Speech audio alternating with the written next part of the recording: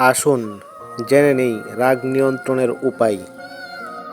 হঠাৎ করে রাগের মাথায় কোনো কথা বা কাজ করে বসবেন না। সময় নিন, প্রয়োজন হলে সেই মানুষটার সঙ্গে কিছুক্ষণ কথা বলা বন্ধ রাখুন, অথবা রাগের কারণটি থেকে নিজের মনকে অন্যদিকে সরিয়ে নিন। মনকে যতটা সম্ভব শান্ত রাখার চেষ্টা করুন। মস্তিষ্ককে অন্যদিকে অন্য কাজে ব্যস্ত রাখুন। এটা রাগ কমাতে সাহায্য করে। আপনি যখন শান্ত হয়ে যাবেন, আপনার রাগের কারণগুলো তার সামনে তুলে ধরুন। ততক্ষণে অপরজনের মাথাও ঠান্ডা হয়ে যাবে।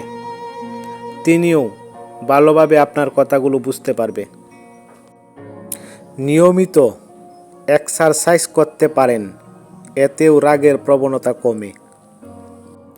আপনি যখন রেগে যান, স্বাভাবিকভাবেই আপনার মধ্যে নমনীয়তা কাজ করে না। তাই রেগে থাকার সময় কোনো কথা না বলাই ভালো। যে কোনো সমস্যারই সমাধান আছে।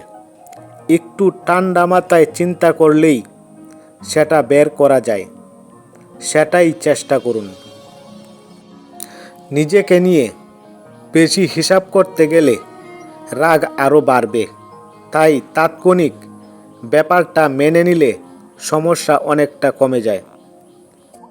রাগ বা টেনশন কমানোর জন্য খানিকটা হাসি ঠাট্টা করা যেতে পারে, তাতে মনটা হালকা হয়ে যায়। সবচেয়ে ভালো উপায় হলো নিয়মিত মেডিটেশন। এতে শরীরের অন্য উপকারের সঙ্গে সঙ্গে রাগ নিয়ন্ত্রণও হয়। রাগ প্রশমিত হয়ে গেলে নির্দিষ্ট ব্যক্তির প্রতি এক ধরনের সহানুভূতি অনুভূত হয়। সেটি ধরে রাখার চেষ্টা করুন। সহকর্মী সহ সবার প্রতি সহানুভূতিশীল হন। ভাব বিনিময় স্পষ্টতা অবলম্বন করুন। নিজের রাগের মাত্রা সম্পর্কে সতর্ক থাকুন।